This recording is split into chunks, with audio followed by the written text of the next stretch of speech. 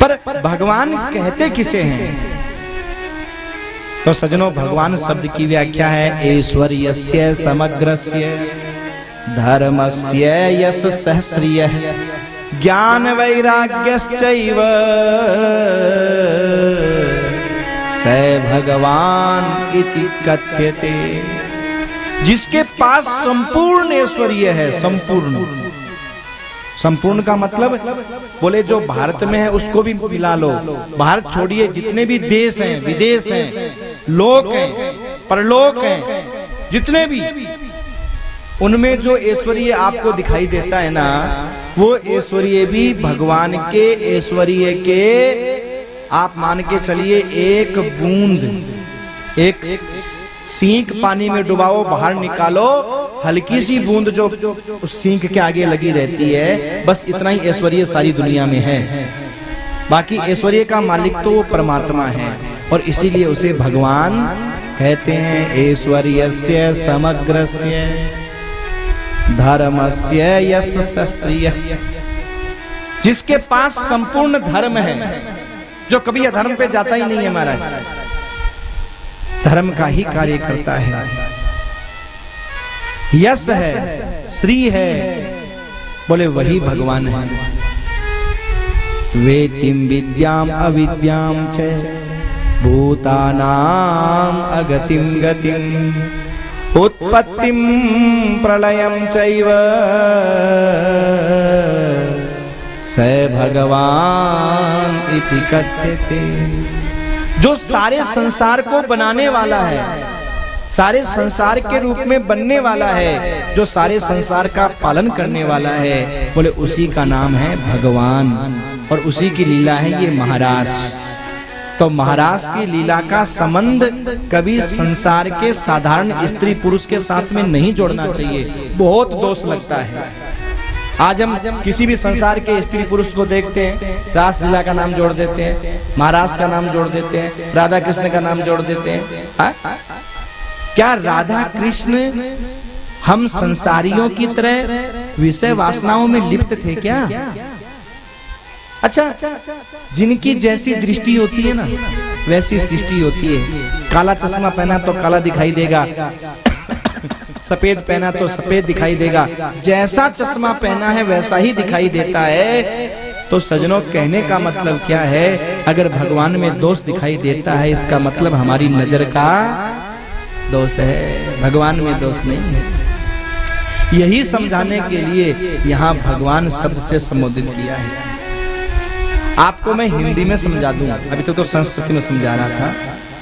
जो तुच्छ कर सके वो इंसान, जो कुछ कर सके वो देवता, और जो सब कुछ कर सके वो भगवान। और सजनों, जो भगवान होता है उसमें कोई दोष नहीं होता है। देखिए, इंसान एक अच्छा दार्शनिक हो सकता है, अच्छा संत हो सकता है, अच्छा वक्ता भी हो सकता है, अच्छा साधु भी हो सकता है, पर भगवान नहीं हो सकता। ध्यान रखिएगा। और अगर भगवान है धरती पर आए हुए, तो उनमें कोई दोष भी नहीं होता। चाहे कहीं उठे, कहीं बैठे, कहीं खाएं, फिर दोष नहीं देखा जा सकता। या तो आप किसी को भगवान मानो मत, और अगर भगवान मान ही लिया कि साहब तुम तो भगवान ही हो, तो भगवान तो कोई भी लीला करे महाराज, फिर क्या दोष है? हाँ? अगर आपने उसको चढ़ा चढ़ा के भगवान बना ही दिया है, फिर दोष क्यों देखते हो महाराज? आप कहोगे महाराज साधारण भाषा में ये बता दो कि इंसान में दोष क्यों है, भगवान में दोष क्यों नहीं है? भगवान कुछ भी करे दोष नहीं है, इंसान करे तो दोष है।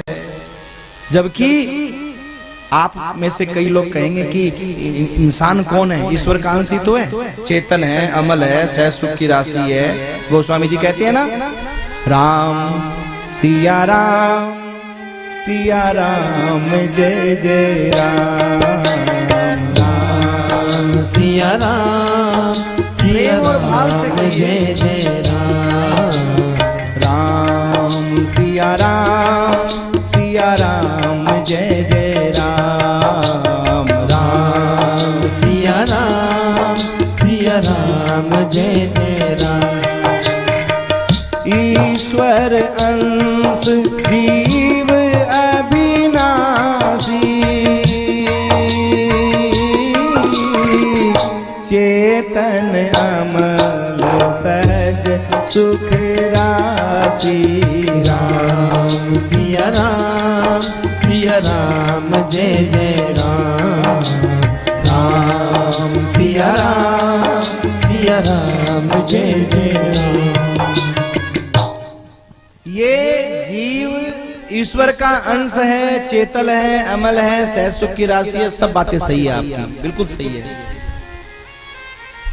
तो आप कहोगे महाराज फिर तो ये भगवान क्यों नहीं है, इसमें दोष क्यों है, भगवान में दोष क्यों नहीं है?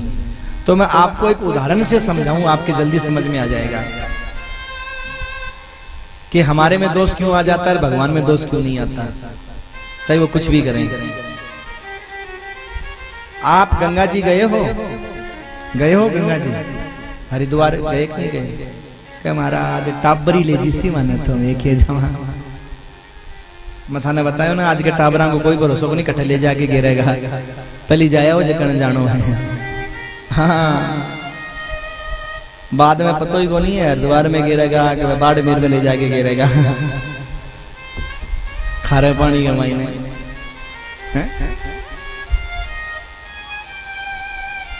आप गंगा जी गए हो, वहां से आप गंगा जल का लोटा भर के लाते हो, गंगा जल की लुटिया भर के लाते हो। तो गंगा जल क्या हुआ? गंगा जी का अंश। आप ऐसे समझो, गंगा जी हो गई भगवान और गंगा जल हो गया उसका अंश, यानी हम और आप जीवात्मा अंश तो हैं। गंगा जल हो गया हम और आप, गंगा जी हो गई भगवान। अब जरा विचार करो, आप गंगा जी से लोटा भर के लाए और उस लोटे में कुत्ते ने मुंह लगा दिया, आप पी लोगे? चिड़िया ने बींट कर दी, आप पी लोगे? नहीं पी सकते। क्यों भाई? गंगा जी में तो कुत्ता भी मरा भी बह रहा है, जिंदा भी बह रहा है, नहा भी रहे हो, पी भी रहे हो। समझ में आ गई बात? गंगा जल में दोष आ सकता है पर गंगा जी में दोष नहीं आ सकता। ऐसी जो ईश्वर का अंश गंगा जल रूपी ये इंसान है, ये चाहे कितना भी महान क्यों न बन जाए, इसमें तो दोष आ सकता है जब तक ये शरीर है। अच्छा एक बात बता दूं मैं आपको, चाहे कोई कितना भी संत महात्मा क्यों न बन जाए, पर काम, क्रोध, लोभ, मोह, ईर्षा, द्वेष ये कभी समाप्त नहीं होते। आपको महाराज जैसे कैसे नहीं होते? इतनी भजन करता है, तपस्या करता है। भैया ये शरीर किससे बना है? चाहे महात्मा का चाहे आपका हो, शरीर बना किससे है? काम से ही बना। और जो चीज जिससे बनी हुई है वो समाप्त कैसे हो जाएगी? तो फिर कहोगे महाराज फिर तो महात्मा में हमारे में कोई अंतर ही नहीं है। हाँ अंतर है, जो भगवान का भजन करता है और उसमें हमारे में अंतर है। अंतर क्या है? बोले देखो, आपने जुगनू देखा है? जुगनू जो रात को चमकता है पर दिन में नहीं चमकता। रात को जो जुगनू चमकता है इसका मतलब ये नहीं कि दिन में नहीं चमकता, दिन में भी चमकता है वो, पर दिन में जब सूर्य उदय हो जाता है तो चमकता हुआ जुगनू हमें दिखाई नहीं देता। चमक तो रहा है किसी न किसी कोने में बैठा। तो जो महात्माओं का जो काम है ना, वो जुगनू की तरह होता है, जुगनू की तरह। क्या मतलब? बोले उनके जीवन में भक्ति का सूर्य उदय हो गया, भजन का सूर्य उदय हो गया, इसलिए उनका काम जैसे जुगनू दिन में दिखाई नहीं देता, ऐसे उनका काम उनकी जिंदगी में दिखाई नहीं देता। पर कब वो भक्ति का सूर्य अस्त हो जाए और कब वो काम का जुगनू चमकने लग जाए, इसका कोई पता नहीं है।